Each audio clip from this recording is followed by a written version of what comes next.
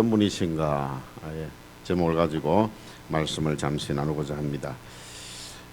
성탄절, 우리가 늘 성탄, 크리스마스, 메리 크리스마스라고 하는 이 성탄절은 창세 이후에 천군 천사가 동원되고 별이 동원되고 왕이 동원되고 귀인 박사가 동원이 되고 천인 목자 또 왕궁과 마구간이 동원된 지상 최대의 사건입니다. 그래서 오늘날 오페라로 한다면 엄청난 오페라가 준비되어지는 것과 마찬가지이지요. 우리가 최근에 보면은 웅장한 오페라를 여러분들 TV를 통해서 보셨을 것입니다. 그것은 상상도 할 수 없는 그런 사건입니다. 주전 735년, 지금으로부터 2754년 전에 하나님께서 이사야에게 메시아에 대한 예언을 전하도록 하셨습니다. 유다 백성들은 메시아 탄생에 대한 예언의 말씀을 들었고 2019년 전 그 메시아를 맞이하게 되어졌습니다. 오늘 우리도 메시아에 대한 말씀을 들을 수 있기를 바랍니다. 그리고 그 메시아를 맞이할 수 있기를 바랍니다. 먼저 예수님은 어떤 분인가에 대해서 살펴보고자 합니다. 6절 말씀을 보시기 바랍니다. 6절 말씀 다시 한번 보시면, 이는 한 아기가 우리에게 낳고 한 아들을 우리에게 주신 바 되었는데 그 어깨에는 무엇을 메었다고 합니까? 정사를 메었다. 그렇게 했습니다. 정사를 메었다고 할 때 이 정사는요, 영어로 government, 즉 통치권을 이야기합니다. 어깨에는 정사를 메었다고 했으니 통치권을 가졌다는 것입니다. 그러면 우리나라 대통령이 가지고 있는 그런 정도의 통치권일까요? 미국의 대통령이 가지고 있는 그런 통치권일까요? 마태복음 28장 18절 이하에 보면 예수님 말씀하시기를 하늘과 땅과 모든 권세를 내게 주셨으니 라고 하셨습니다. 그러니 예수님은 하늘과 땅의 모든 권세를 가지신 통치권자입니다. 그래서 이 세상 모든 것을 다 다스리시는 분이시라는 말씀입니다. 그 다음에 그의 이름은 무엇이라고 합니까? 기묘자라. 기묘자는 영어로 wonderful이라는 뜻입니다. 예수님은 놀라운 분, 탁월하신 분이시다. 그런 뜻입니다. 이스라엘이 출애굽하는 상황으로부터 시작해서 광야 생활을 하는 중에 만나와 메추라기로 먹이시고, 그리고 침략자들을 물리쳐 주시고, 결국에는 가나안까지도 점령해서 이스라엘에게 선물로 주신 아주 놀라우신 분, 탁월하신 분이 바로 예수님이십니다. 그리고 그 다음에 무엇이라고 합니까? 설교 빨리 하도록 하려면 대답을 잘 하세요. 그 다음 뭐라고요? 모사. 모사가 무슨 뜻인지 아시겠습니까? 어른들은 모사 그러면은 모사, 저 사람 모사꾼이다, 모사 그러면 어느 정도 생각이 들 겁니다. 이거는 영어로요, 우리 젊은이들 영어로 카운슬러입니다. 상담자라는 뜻입니다. 예수님은 우리네 인생 문제를 상담해 주시는 분, 상담하셔서 해결해 주시는 분, 그분이 바로 예수님이시다.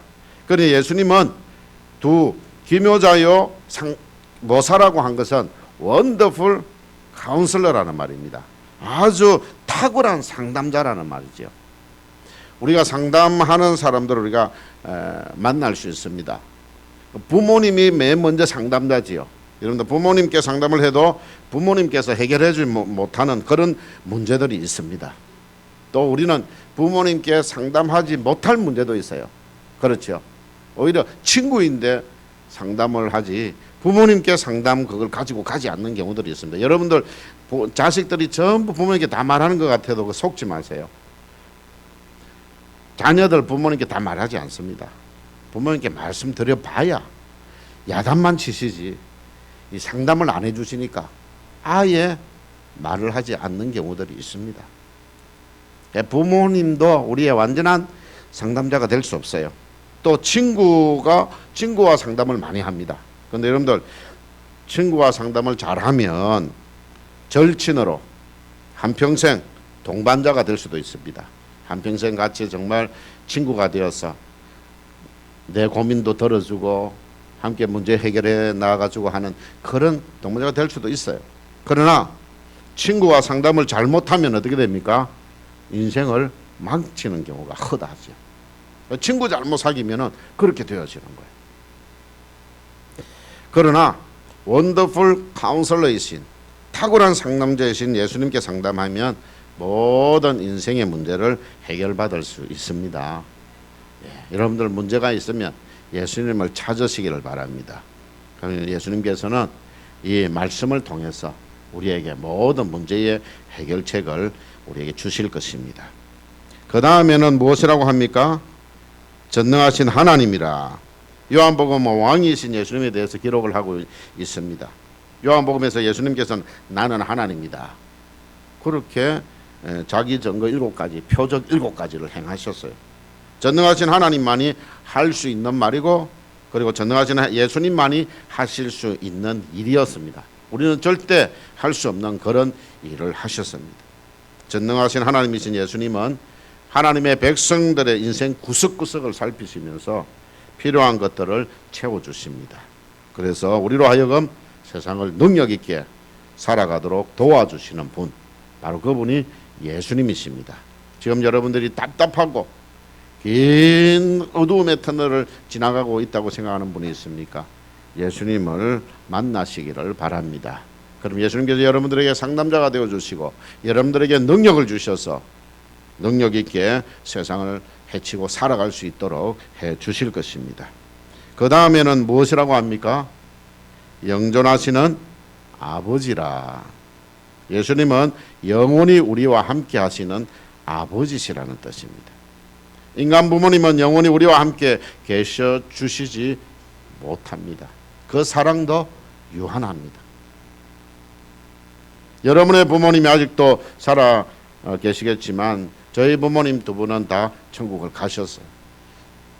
어릴 때는 평생 같이 계실 줄 알았고, 그 다음에 나이가 들면서는 오래도록 함께 계셔 주셨으면 좋겠다 생각을 했는데 이제는 우리와 함께 하시지 않습니다. 그런데 영원히 우리와 함께 하시는 아버지이신 예수님은 세상 끝날까지, 그리고 영원히 우리와 함께 계시고, 그 예수님의 사랑은 자기 생명까지 주시는 무한하신 사랑입니다. 여러분들 자식을 위해서 오늘날 생명 바치라 하면은 그 생명 바칠 부모가 얼마나 될지 나는 모르겠어요. 자녀가 좀 어려움을 당할 때에 그 자녀와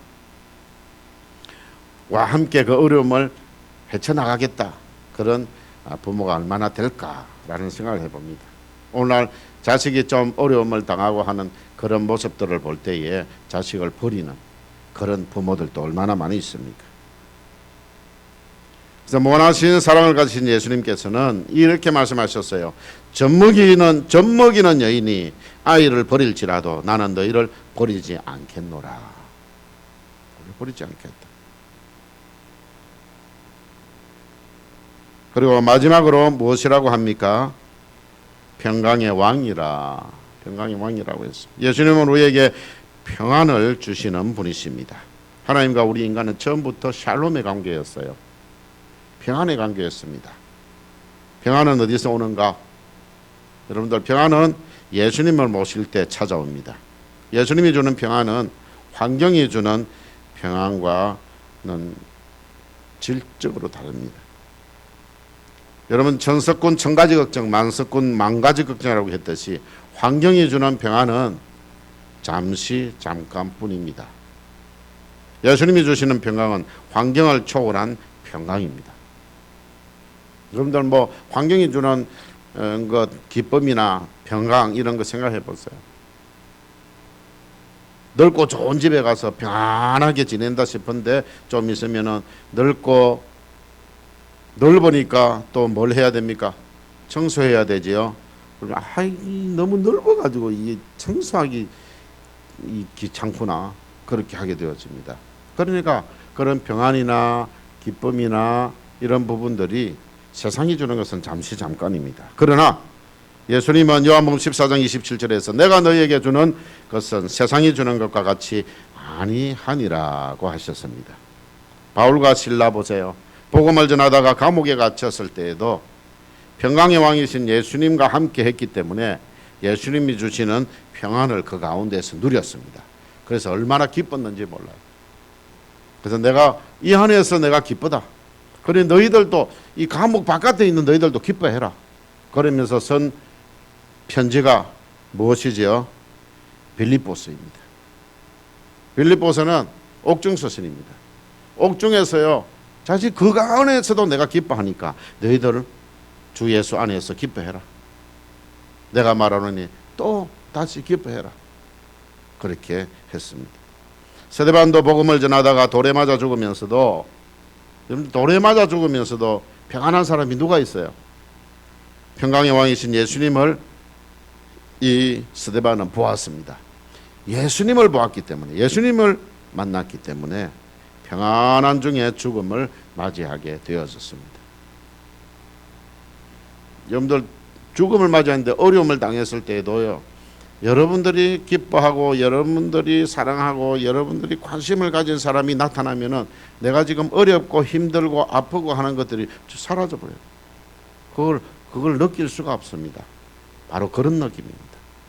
그가 돌에 맞아 죽으면서도 예수님을 보았기 때문에 그 예수님이 주신 평안이 그 속에 넘쳤던 겁니다.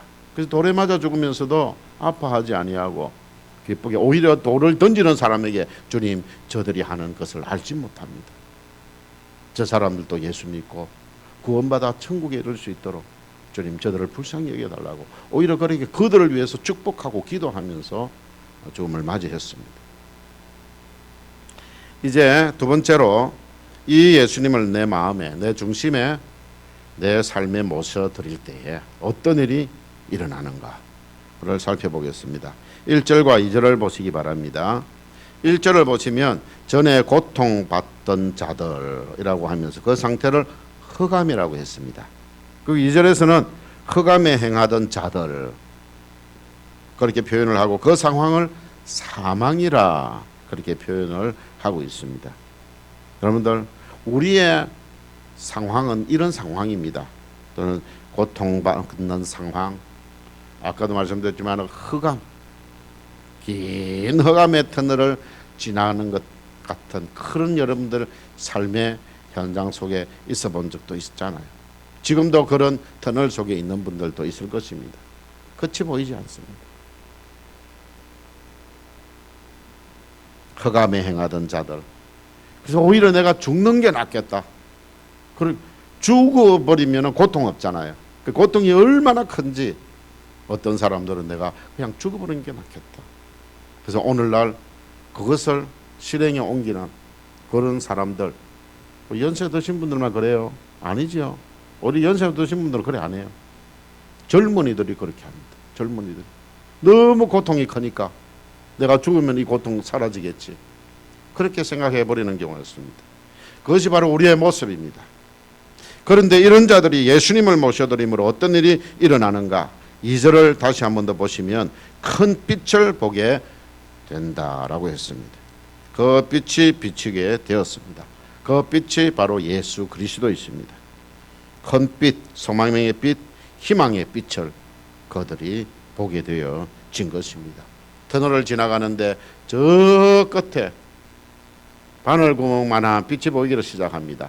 그것이 점점 커져서 우리는 거기서 통과해버리면 이 찬란한 세상을 향해서 나아가게 되어지는 것이죠. 여러분들 경도가 무너져가지고 캄캄한데 어느 순간에 빛이 실줄기 같은 그런 빛이 이렇게 비칩니다. 그런데 이미 다 내려오면서 한쪽에 구멍이 생긴 거죠. 그 빛이 비치는 순간 내가 살았구나 그런 생각이 들게 되었습니다. 바로 그 빛입니다. 1절을 다시 보시면 멸시가 변하여 영화롭게 되었다 그렇게 기록을 하고 있습니다. 4절을 보시면 멍에와 채찍과 막대기와 압제가 변하여 해방이 되었다. 여러분들 멍에, 채찍, 막대기, 압제는 이것은 포로된 사람에게 쓰는 단어이지요. 그런데 그가 해방을 맞이하게 되어졌다 하는 것입니다. 그 3절을 보시면은 그것이 장성이라. 장성은요 아주 크게 성공을 한다는 것이고 즐거움이라고 그랬습니다. 이렇게 전에 고통받고 오히려 죽는 것이 더 낫다고 하는 그 상황 속에, 어둠 속에 있던 자들에게 이런 소망의 빛, 희망의 빛을 비춰주신 이 상황이 이게 180도로 바뀌게 된 이유가 뭐냐? 그것이 바로 한 아기가 이 세상에 태어났다. 바로 그 아기는 예수 그리스도이십니다. 하나님께서 독생자 예수님을 우리에게 주셨기 때문이라고 말씀하셨습니다. 6절을 다시 한번 보시면 한 아기가 우리에게 낳고 한 아들을 우리에게 주셨기 때문이라. 바로 그분이 그 이후에 이제 메시아를 기다리던 바로 그 베들레헴에 지금으로부터 2019년 전에 태어나신 아기 예수님인 것입니다. 마지막으로 7절 말씀을 보시기를 바랍니다. 7절 말씀을 보시면 마지막 부분에 만군의 여호와의 열심히 이를 이루시리라 그렇게 말씀을 하고 있습니다. 만군의 여호와의 열심히 2019년 전 유대 땅 베들레헴에 이루어 주셨고 지금 우리에게도 이루어 주고 계십니다. 오늘날 아직도 예수님을 알지 못하는 이들, 예수님을 영접하지 못하는 이들에게 계속해서 이 복음은 전파되고 있습니다. 지금도 예수님을 영접하는 자들에게는 이제 이 고통이 변하여 흑암이 변하여서 빛이 되어지고 고통이 변하여서 즐거움이 되어지는 것입니다. 하나님의 때가 되어지면 예수님을 심판주로 다시 보내셔서 우리를 천국으로 인도하실 것입니다. 이 일은 여호와께서 하시는 일입니다. 여호와의 열심히 이 일을 이루실 것입니다. 오늘 성탄절을 맞이하여 하늘에 계신 하나님께는 영광이요 여기 모인 여러분에게는 평화가 임하시기를 간절히 축원합니다. 기도하시겠습니다. 하나님 아버지, 예수님을 마음과 삶의 중심에 모셔 드리기를 소원합니다. 오늘 특별히 아직도 예수님을 알지 못하는 일이 있다면 그 예수 그리스도를 마음 중심에 모셔드림으로 말미암아 저들의 삶에 기쁨이 넘치게 하시고 저들이 구원받아 천국에 이룰 수 있도록 은혜 베풀어 주시기를 원합니다. 그래야 주님이 주시는 평강이 넘치는 삶을 남은 생에 살아갈 수 있도록 크신 은혜 베풀어 주시옵소서. 예수님 이름으로 기도드리옵나이다. 아멘.